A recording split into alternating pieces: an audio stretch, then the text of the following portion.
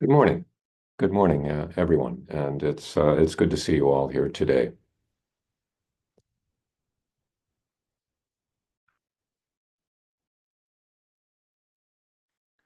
So we've been discussing the Diamond Sutra, the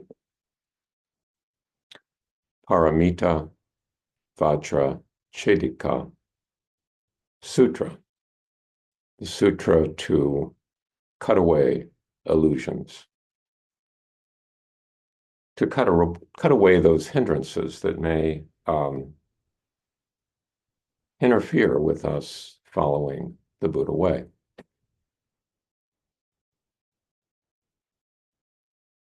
And the characters in this sutra are Subhuti and Shakyamuni Buddha. Subhuti being one of the early followers of the Buddha after his enlightenment. And an interesting feature of this particular sutra is that the Buddha is the questioner, and Subhuti is giving the answers. In a way, this dialogue is Socratic. That's the way Socrates taught. If you're familiar with Plato's dialogues, which narrate discussions between Socrates and other people, oftentimes Socrates would just ask questions and deepen a person's understanding just by questioning. And that's the device used here as well.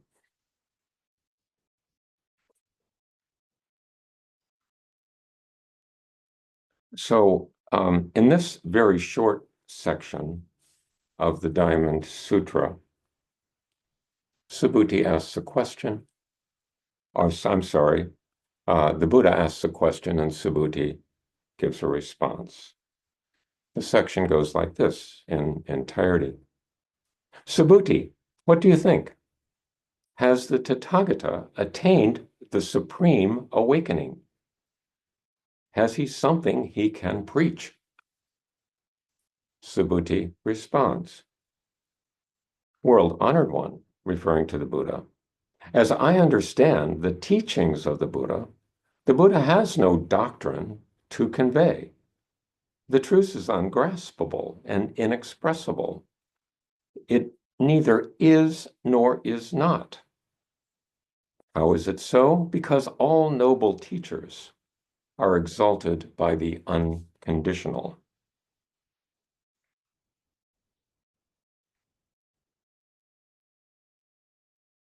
Well, the conventional story of the Buddha that we all probably heard about or read about at some time or another was that the Buddha, being raised in a affluent household, essentially at one point asked himself, "Is that all there is?" and was unsatisfied with the answer and sought something deeper, something more profound, something more meaningful, a more meaningful way to live his life, and went through great hardship in an effort to find something more meaningful. And then at a certain point, achieved what we call awakening or enlightenment and found the answer to his quest. And then he went about the next 45 years or so just teaching everyone about it. So, by the conventional story, the Buddha achieved perfect enlightenment and went on to teach it to others throughout the remainder of his life. Well, the Buddha is asking in this section, Um, did I achieve perfect awakening? And do I have anything to teach? And Subhuti, perhaps surprisingly, says, no, not quite. That's not accurate. That's not what happened. And there is nothing to teach. But there is also no non-teaching. So the answer challenges us, challenges that conventional story of the Buddha, and allows us to think about it more deeply.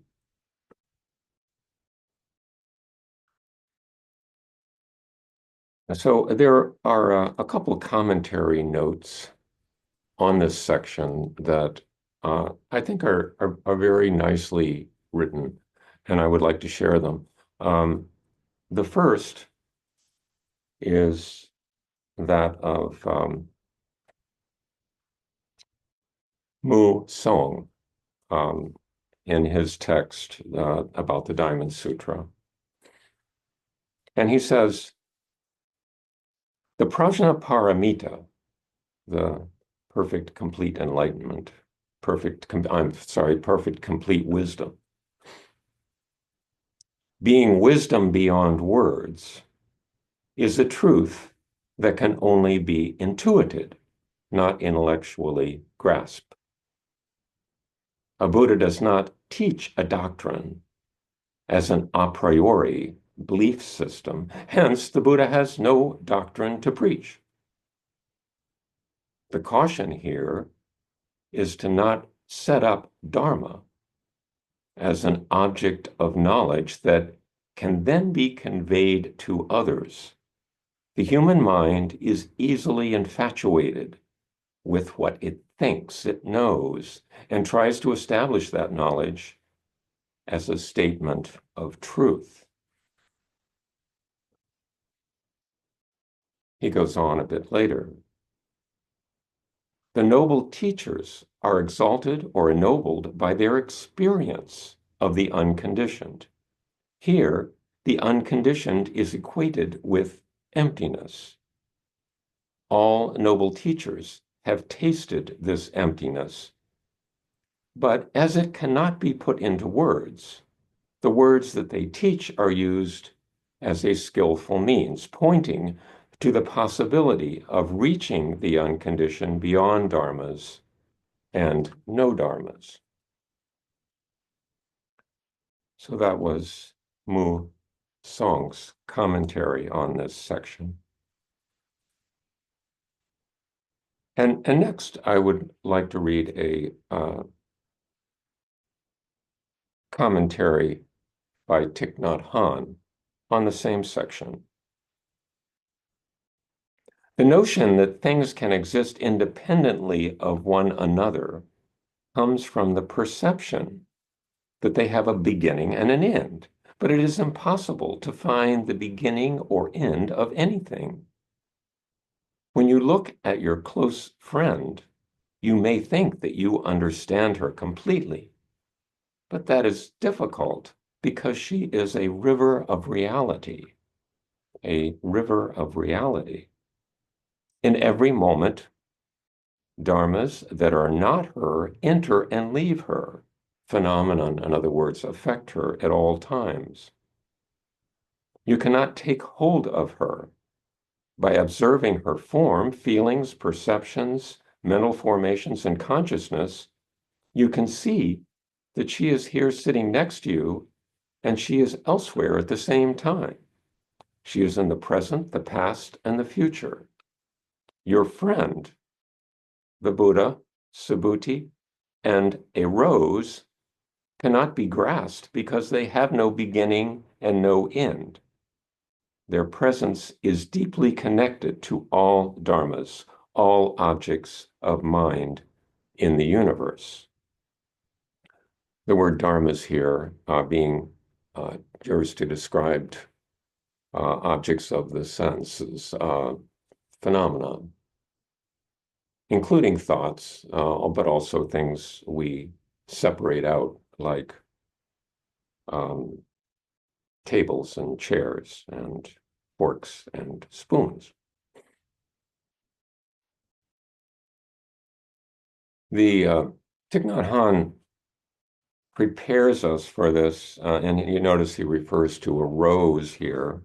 Um, Earlier in his commentary, he talks about how a rose has non-rose components, that a rose also contains soil and air and sunlight.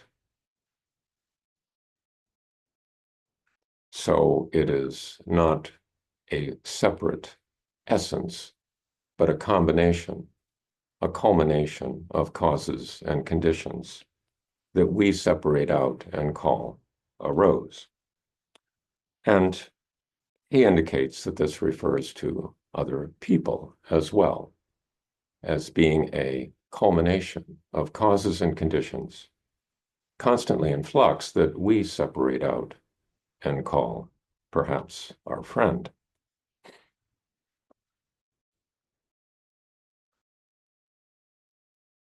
Um, the proposal here is that there is knowledge beyond words. And some of you familiar with any teachings of Taoism may find correspondence to uh, the Tao Te Ching, in which it states the Tao that is spoken is not the true Tao.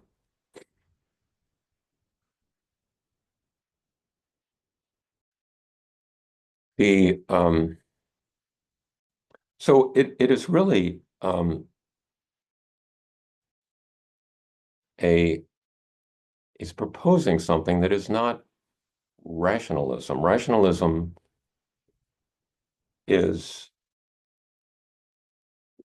an approach to knowledge that would posit that uh, if you can't speak it, in other words, if you can't give a reason for it, if you can't reason it through, then it is not acceptable as truth. The Buddha seems to be saying, and Subhuti seems to be agreeing, that there is knowledge beyond that. There is that which is inexpressible, ungraspable, that we can experience but not put into words,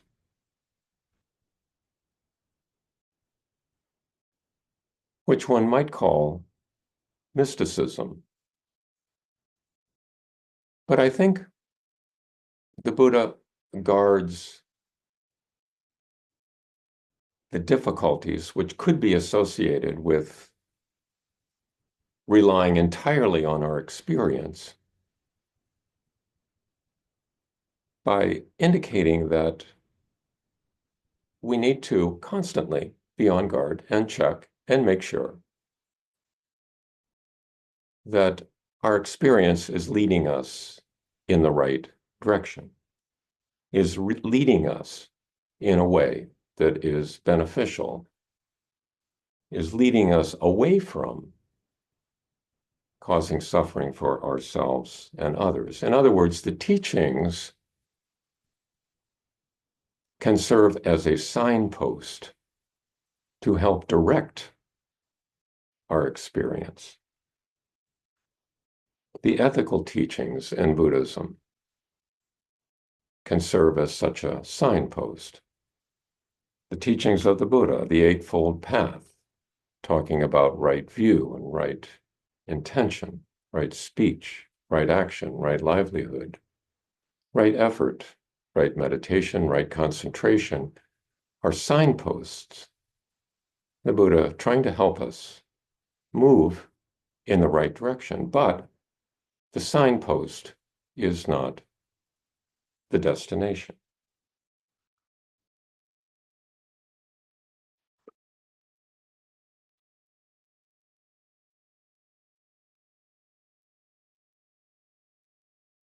I think in a fundamental way, the the Buddha here is pointing toward what Dogen, the founder of the Soto Zen school, talks about when he refers to practice realization, that the realization occurs within the practice. It's not separate from the practice. That actually living in the world is realization, is enlightenment, is actualization, and not anything that can be printed in an essay. Very much the same as the common analogy, being able to recite the recipe for a cake, and even being able to explain the reaction between baking soda and potassium bitartrate to produce carbon dioxide that gives rise to, to the cake, that allows the cake to rise. Knowing all of that and even being able to recite it all by memory is nothing like understanding cakeness. Only when you bake a cake, serve the cake, taste the cake, can you understand cakeness fully.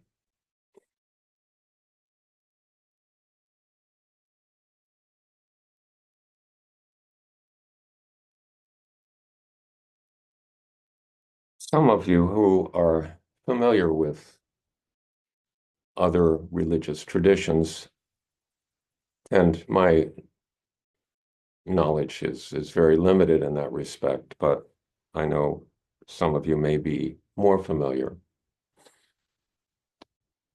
might see a lot of correspondence between the teachings of the Buddha and even the teachings in this sutra and the teachings of other traditions.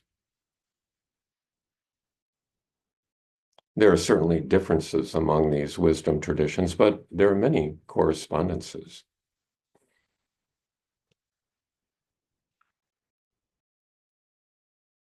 And they would all seem to point away from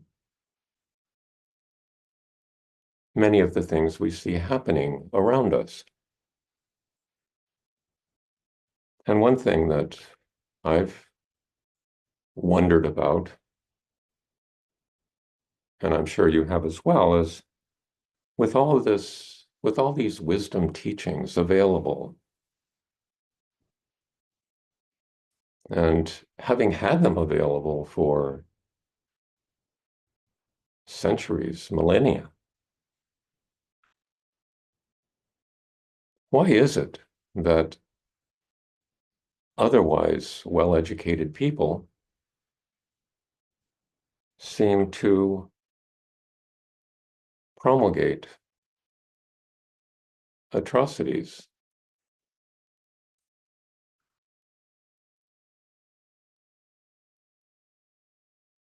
seem to bring about the death of innocents, including women and children, on a fairly regular basis around the world? What is it that is missing?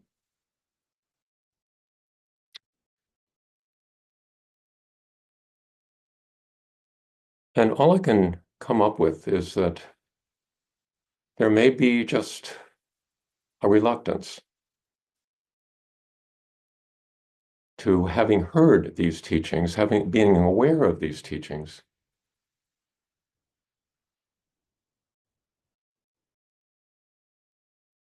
to actually dive in and live these teachings, live them from the time you get up until the time you retire in the evening, every day.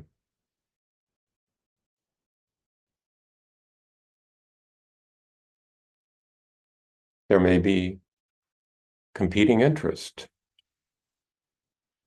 There may be fear of living these teachings.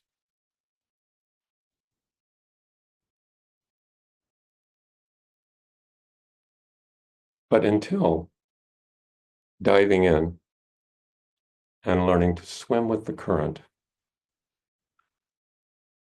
learning to actually follow the signposts that these wisdom teachings offer.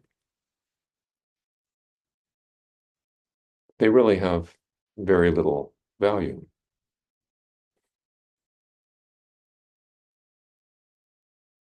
So I guess I'll leave you with that query. Um, what is missing?